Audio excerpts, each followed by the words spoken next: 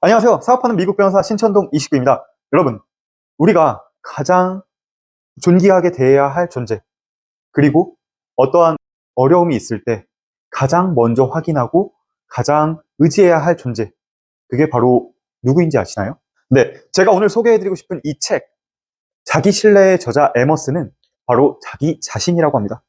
인간 한 명 한 명이 우주고 인간 한 명 한 명이 정말 가장 존중받아야 될 존재라고 말하는 미국의 초절주의의 시초인 이 에머슨이 쓴 자기 신뢰에 대해서 한번 이야기를 해보고 싶은데요. 이 책은 제가 어느 날 이제 집에 갔더니 집 문 앞에 이제 배송이 와 있더라고요. 이제 제가 좋아하는 형이 이 책을 읽다가 제가 생각나서 이렇게 하나 보내주셨다고 하더라고요. 그래서 다른 책을 읽고 있었는데 이 책을 먼저 읽어볼까 하고 바로 읽어봤습니다. 근데 처음에 읽었을 때는 뭔가 이렇게 딱 와닿는 느낌이 없었어요.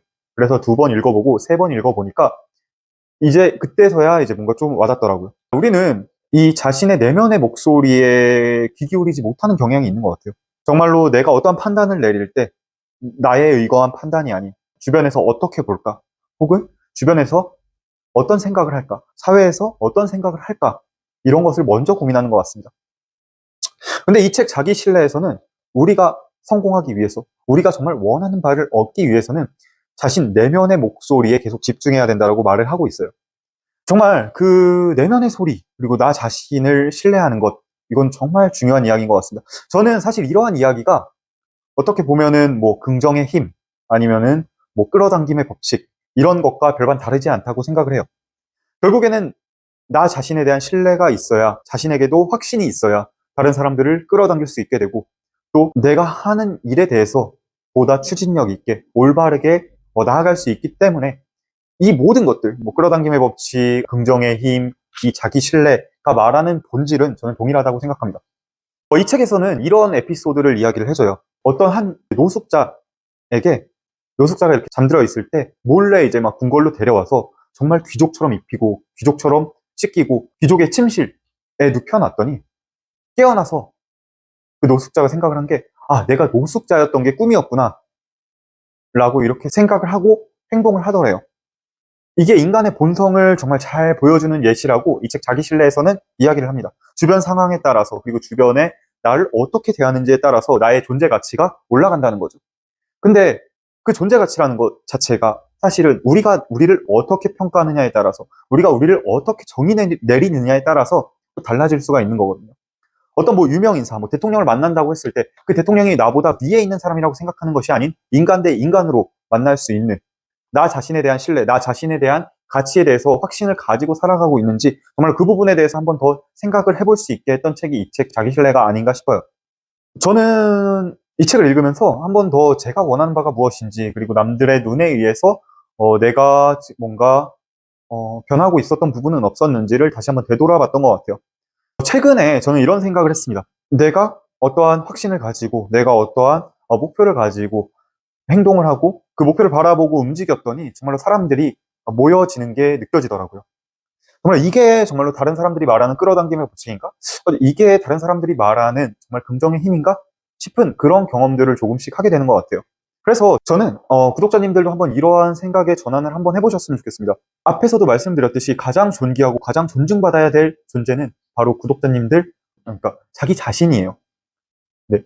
그런데 내가 이 존중받아야 되는 내가 다른 사람의 시선에 의해서, 다른 사람들의 생각에 의해서 정말 그 정형화된 삶을 살고 있진 않았는지, 그리고 나의 가치를 평가절하하고 있진 않았는지, 그런 걸 한번 고민해 보셨으면 좋겠습니다. 제가 오늘 굉장히 좀 두루뭉실하게 이야기를 하고 있는데, 이 가치라는 게 정말로 내가 찾지 않으면은 남이 전달하기 어려운 그런 가치여서 그런 것 같아요. 그렇기 때문에 구독자님들께서 꼭 이 자기 신뢰라는 책을 한번 읽어보셨으면 좋겠고, 그 안에서 내가 나를 정말로 신뢰하고 있는지, 또 내가 정말로 나를 세상에서 가장 존귀한 존재, 그리고 나를 정말로 세상에서 가장 존중받아야 될 존재라고 생각하고 있는지, 정말로 내가 가장 믿음직스럽고 내가 다른 사람들을 끌어들이는 그런 사람이라고 생각하고 있는지를 한번 더 고민해 보셨으면 좋겠습니다. 다시 한번 말씀드리지만 가장 존귀하고 가장 존중받아야 될 존재는 바로 자기 자신입니다. 네. 그리고 그 자기 자신이 어떠한 꿈을 꾸느냐에 따라서, 그리고 그 자기 자신이 어떠한 확신을 갖느냐에 따라서 주변 사람들을 끌어당기게 되고, 그 신뢰가 정말로 현실이 되는 그런 효과들이 일어난다라고 저는 생각을 해요. 그렇기 때문에 제가 오늘 이 영상에서 다시 한번 제가 바라보고 있는 목표를 말씀드리고 이 영상 마무리하도록 하겠습니다. 저는 2030년까지 유니콘 기업이 되어서 저기 있는 저 신천동 29 롯데타워에 들어가는 걸 목표로 하고 있어요.